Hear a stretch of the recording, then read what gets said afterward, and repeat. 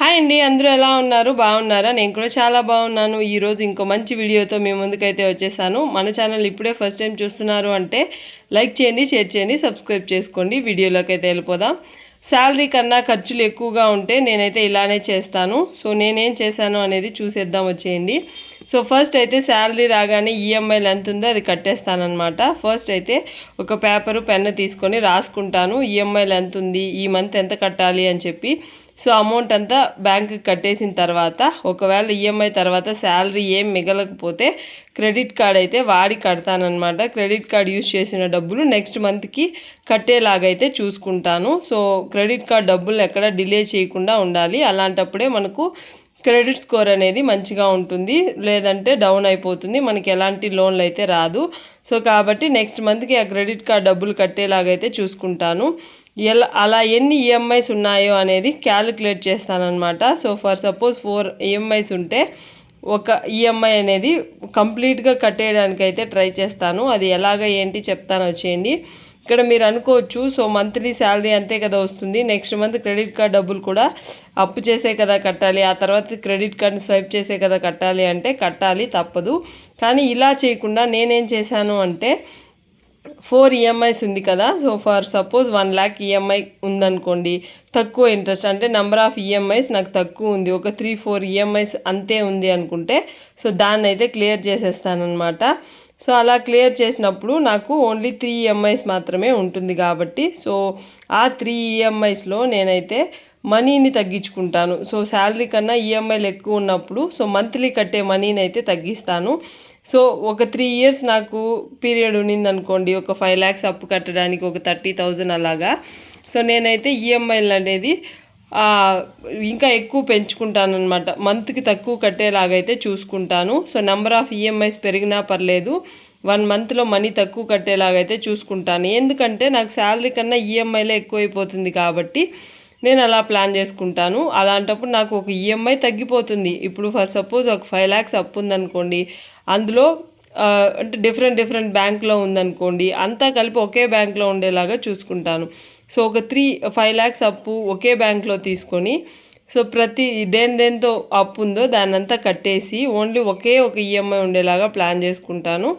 So లేదు నాకు అక్కడ అప్పు ఇవ్వలేదు అనుకుంటే నేనైతే నెంబర్ ఆఫ్ ఈఎంఐస్ని అయితే పెంచుకుంటూ ఉంటాను. సో ఈ మంత్ తక్కువ కట్టేలాగైతే ప్లాన్ చేసుకుంటే మనకైతే అప్పులు ఎక్కువ అవ్వకుండా ఉంటుంది. నెక్స్ట్ మంత్కి మళ్ళీ క్రెడిట్ కార్డ్ని స్వైప్ చేయాల్సిన అవసరం ఉండదు కాబట్టి నేనైతే అలా ప్లాన్ చేసుకుంటానమాట. సో ఓన్లీ ఒక అప్పు ఉండేలాగా చూసుకోవడం, లేదంటే ఈఎంఐస్ అమౌంట్ని అనేది తగ్గించుకోవడం. ఆ మంత్లో ఎంత వస్తుందో అంతకన్నా తక్కువ పెట్టుకొని ఇంకా ఎక్కువ ఈఎంఐలు కట్టేలాగా చూసుకోవడం. ఇక్కడ మనం లాస్ అవుతాం, తప్పదు, ఇంకేం చేయలేము.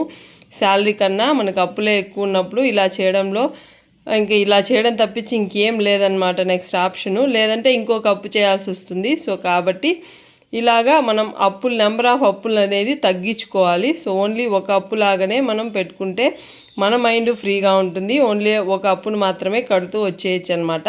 సో ఇలా కూడా ప్లాన్ చేసుకోవచ్చు.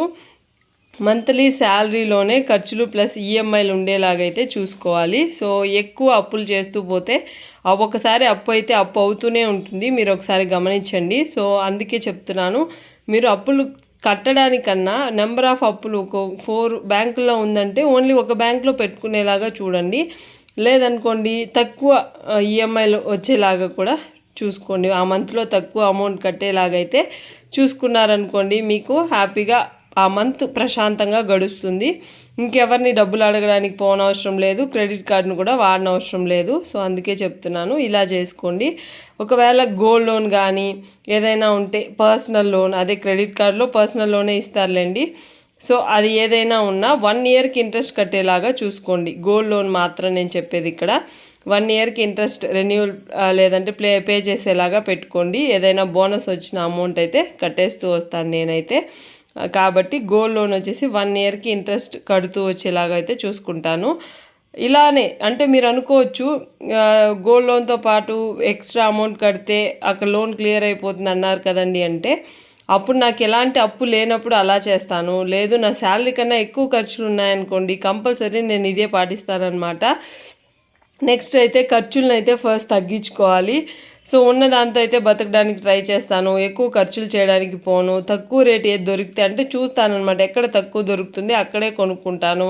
అప్పులు తీరే వరకు పేదవాళ్ళుగా బతుకుతాను. సో ఆ తర్వాత లగ్జరీ చేసేస్తానని కాదండి, అంతవరకు ఉన్న దాంతో సర్దుకుపోవడం అనమాట. సో ఎక్కువ ఖర్చులు చేయకుండా మనకేది అవసరమో దాన్ని మాత్రమే కొనుక్కోవడము. సో ఎక్కువ అవుటింగ్స్కి వెళ్ళకపోవడము.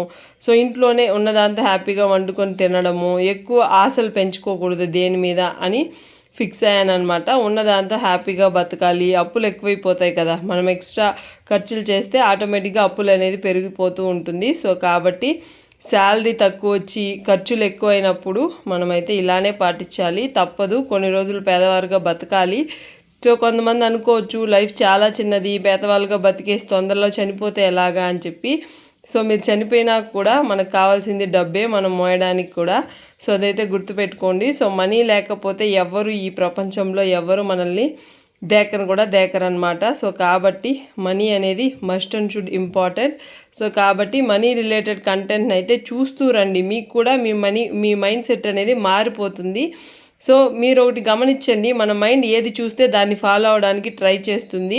సో కాబట్టి మనీ రిలేటెడ్ కంటెంట్ చూస్తూ ఉన్నారనుకోండి, మీకు కూడా మనీ సేవింగ్స్ మీద అనేది ఇంట్రెస్ట్ వస్తుంది. సో మనం కూడా సేవింగ్స్ చేసుకోవాలి, మన లైఫ్ని ఒక స్టెప్ ముందుకు తీసుకెళ్ళాలి, మన పిల్లలు కూడా హ్యాపీగా బతకాలి. మనలాగా మన పిల్లలు ఉండకూడదు అంటే మనం ఇప్పుడు జాగ్రత్త పడాలి. వచ్చే 10 రూపాయల ఖర్చుని ఒక 5 రూపీస్ ఖర్చు చేసి 5 రూపీస్ ఎత్తి పెట్టుకోవాలి.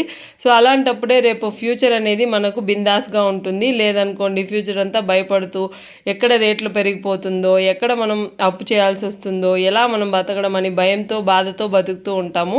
సో కాబట్టి వచ్చే రూపాయిని అయితే రెస్పెక్ట్ ఇవ్వండి.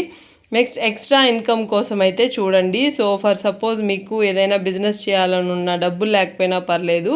సో ఈ బిజినెస్ అనేది మనం డబ్బులు పెట్టి చేయాల్సిన అవసరం లేదండి. ఇంకొకరి దగ్గర కూడా వెళ్ళి మీరు ఒక పని చేసిన ఎక్స్ట్రాగా ఒక 3 to 4 hours వర్క్ చేసినా కూడా మనీ అనేది వస్తుంది.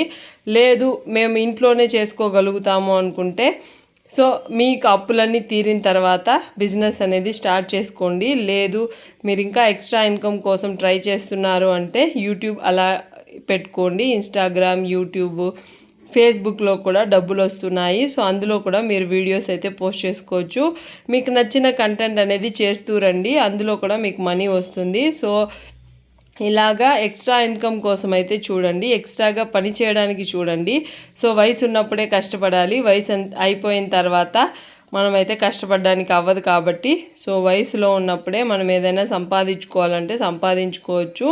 అప్పులు ఉన్నప్పుడైతే సేవింగ్స్ అసలే చేయకూడదు, నేను ముందే చెప్పాను కదా.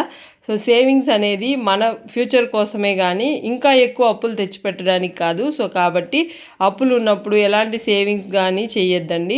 చాలామంది అనుకుంటారు అప్పు చేసి గోల్డ్ కొందామని చెప్పి. సో అప్పుకి ఇంట్రెస్ట్ కట్టాలి, ఆ తర్వాత అప్పును కూడా మీరే క్లియర్ చేయాలనేది మర్చిపోవద్దు. సో గోల్డ్ కూడా మీ దగ్గర డబ్బులు ఉంటేనే కొనుక్కోండి, ఎక్స్ట్రా అప్పు చేసి మాత్రం కొనద్దు, అందుకే చెప్తున్నాను. సో అప్పు ఉన్నప్పుడు ఏదైనా తక్కువలో వాడడానికి ట్రై చేయండి. ఎక్కువ సేవింగ్స్ చేయాలి అని ఇప్పుడు ప్రజెంట్ అప్పు చేసేసారనుకోండి, మీ ఆ సేవింగ్స్ అనేది వేస్ట్ అవుతుంది. సో కాబట్టి సేవింగ్స్ అనేది చెయ్యాలి కంపల్సరీ, కానీ డబ్బులు ఉన్నప్పుడు మాత్రమే చేసుకోండి. So health and term insurance పరిస్థితి ఏంటి అంటే ఫస్ట్ మీరు అప్పులు క్లియర్ చేసిన తర్వాతే దాని గురించి కూడా ఆలోచించండి. హెల్త్ అయినా మనకు ఏదైనా బాగుండాలి అనుకుంటే మన దగ్గర డబ్బులు ఉండాలన్నమాట. సో డబ్బులు లేకపోతే మనం ఏం చేసినా వేస్ట్. సో అప్పులు చేసి మాత్రం ఎలాంటి సేవింగ్స్ అనేది చెయ్యొద్దు. సో మీరు ఒకవేళ ఇలా చేస్తున్నారు, మీరు ఇలా పాటిస్తున్నారు అంటే నాకు కామెంట్ సెక్షన్లో చెప్పండి. సో మీకు ఇంకేదైనా డౌట్స్ ఉన్నా కూడా చెప్పండి, నేనైతే నెక్స్ట్ వీడియో చేయడానికైతే ట్రై చేస్తాను. నేనైతే ఈఎంఐస్ని తగ్గించుకొని లైఫ్లో హ్యాపీగా ఉండాలి అంటే ఇలా అయితే ట్రై చేశాను అనమాట. సో మీరు ఎవరికైనా నచ్చిందా అనేది కూడా చెప్పండి. Take care, bye.